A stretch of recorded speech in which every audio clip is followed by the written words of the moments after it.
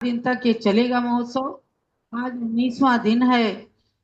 2 परिवार विशेष रूप से लाभान्वित हो रहे हैं और बाकी पूरे देश से पारस चैनल और ऋषभ देव जूम चैनल से जुड़कर सभी लोग गुरु भक्ति का पुण्य प्राप्त कर रहे हैं।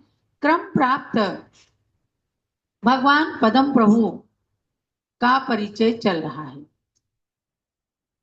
अच्छे अच्छे छंद हैं। एकाक्षरी छंद से लेकर 30 अक्षरी छंद तक में 141 छंदों का प्रयोग पूज्य गण्य ज्ञानमती माता ने इस स्तोत्र के अंदर किया है। और इस पुस्तक में और भी अधिक छंद हैं। यह पुस्तक पुनः प्रकाशित होकर के आ गई है। जिन लोगों को पुस्तक मंगानी है, पढ़ना है, वे हस्तिनापुर तुरंत व्हाट्सएप करें और वहां से आपको पुस्तक निःशुल्क मिलेगी। कोई डाक खर्च नहीं है, कोई पुस्तक का शुल्क नहीं है। तो नंबर एक बार नोट कर लें कि हस्तिनापुर से आपको किस नंबर से पुस्तक मंगानी है। 999612 319 ये नंबर है जहां से आपको पुस्तक अपना एड्रेस देने पर प्राप्त होगी। एक बार और सुन ले। 999612 319 इस नंबर पर आपको कल्याण कल्पतरु स्तोत्र मिलेगा। जब हाथ में पुस्तक रहेगी तो आपको विशेष रूप से समझ में आएगा। यहाँ पर 9 अक्षरी स्तोत्र से भगवान पदम प्रभु की स्तुति प्रारंभ हो रही है। हमने एक श्लोक पढ़ाया था, फिर भी उसको पुनः सुनिएगा। विश्व वंद्य चरण युगम कल्पितार्थ सुख फलदम देवते ही मुनिपनुतम नौम्यहम त्रिकरण युत ही। अर्थात देव, हे भगवान, मुनिपनुतम, मुनियों के पति गणधरों से भी आप नमस्कृत हैं। कल्पितार्थ सुखद फलम, और कल्पना मात्र से सुखदायी फल को देने वाले हैं। ते ही विश्ववंद्य चरण युगम, आपके विश्ववंद्य चरण युगल, जिनकी सारी विश्व की धरती वंदना करती है, ऐसे चरण युगल को अहम त्रिकरण युतई नौमी, मैं मन वचन काया इन तीनों करणों के साथ नमस्कार करता हूं। आगे चलें। पुनः 9 अक्षरी छंद है। इस छंद का नाम है भुजग शिशुभृता छंद। एक एक ऐसे छंद हैं जिनके आपने कभी नाम भी नहीं सुने होंगे और एक एक अक्षर इनका मिला करके व्याकरण का प्रयोग करके छंद में भगवान की स्तुति बनाई है। ये बहुत बड़े ज्ञान का, प्रतिभा शक्ति का प्रतीक है।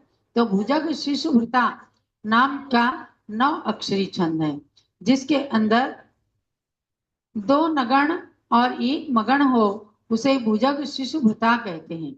अर्थात नगण कहते हैं जिसमें 3 लघु हो।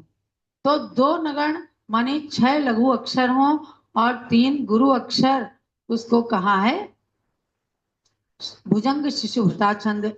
इसके अंदर वही है, त्रिभुवन शिखरे तिष्ठत त्रिभुवन जनताम पाया, त्रिभुवन गमनम रुंध्यान मम शिव फल दो भूयान। कह रहे हैं, हे भगवान, त्रिभुवन शिखरे तिष्ठत, आप त्रिभुवन के शिखर माने 3 लोक के शिखर पर यानी सिद्ध शिला पर विराजमान हो गए हैं। और त्रिभुवन जनताम पायात, और तीनों लोकों की जनता क्या रक्षा कीजिए। पायात माने रक्षा कीजिए। त्रिभुवन गमनम रुंध्यात, कैसे रक्षा कीजिए। 3 लोकों के अंदर जो गमनागमन हो रहा है, 84 लाख योनियों में जो भ्रमण हो रहा है, उस गमन को आप रोक दीजिए। रुंध्यात, रुंध्यात माने रोकिए।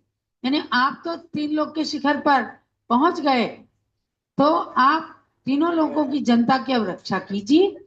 और हमारा जो आवागमन है चारों गतियों के माध्यम से 84 लाख योनियों में भ्रमण जो है, उस गमनागमन को रोक दीजिए। और मम शिव फलदा भूयात, मुझे शिव फल माने मोक्ष फल को प्रदान करने वाले होइए। दम फलदहा, फल को देने वाले, भूयात माने होवे, यानी मुझे मोक्ष फल को प्रदान कर दें। शिव फल कोई संतरा जामुन आम नहीं है, जैसे राम फल होता है, सीता फल होता है, ऐसा नहीं। इससे बहुत उत्तम शिव फल है।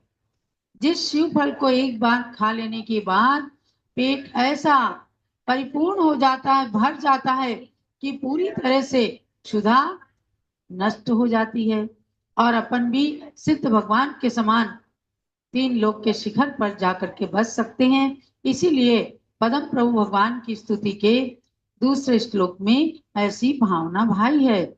अब तीसरा श्लोक है 10 अक्षरी, शुद्ध विराट छंद।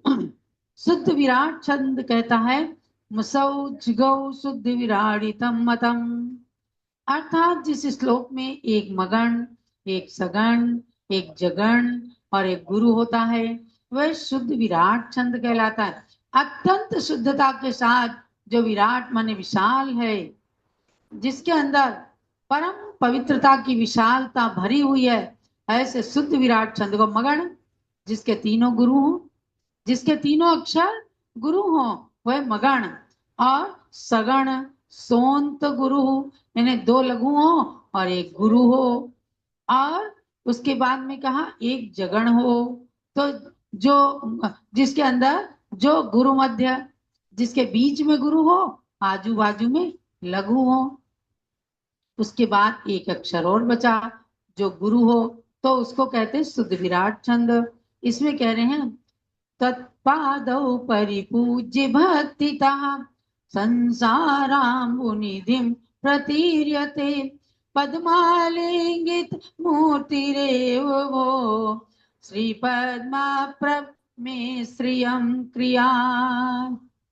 भगवान पदम प्रभु, हे भगवान, तत्पादौ परिपूज्य भक्तिता, हे भगवान भक्ति से तत्पादौ परिपूज्य, आपके चरणों की पूजा करके, परिपूज्य माने पूजा करके, कैसे भक्तिता, भक्ति के साथ, तत्पादौ आपके चरण कमलों की पूजा करके, संसाराम्बु निधिम प्रतीर्यते, संसार रूपी समुद्र से प्रतीर्यते माने तिर लिया जाता है, यानी तर जाते हैं भविगण। संसार एक बहुत बड़ा समुद्र है और उससे व्यक्ति भक्ति करके तिर जाता है। फिर कहते हैं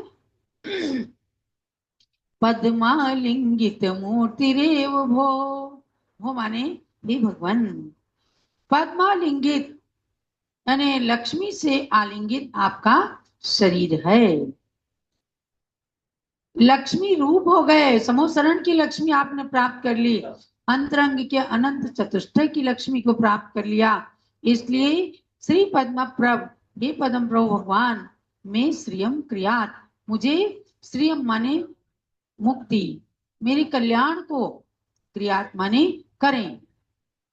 तो भगवान पद्म प्रभु से बार बार कहते हैं कि मेरा कल्याण करें, मुझे मोक्ष प्रदान करें। भगवान थोड़ी करेंगे, लेकिन भगवान की भक्ति से हर असाता कर्म साता में परिवर्तित होगा, हर पुराना कर्म निर्जीर्ण होगा, हर नया आने वाला कर्म पुण्य कर्म होगा, और आगे जा करके पुण्य और पाप उच्च अवस्था में, श्रेणी की अवस्था में, महामुनि के शुक्ल ध्यान की अवस्था में वह पुण्य और पाप दोनों ही नष्ट हो जाते हैं। पुनः बस आत्मा की लक्ष्मी प्राप्त हो जाती, ज्ञान की लक्ष्मी। ऐसी लक्ष्मी हे भगवान मुझे भी प्रदान करें।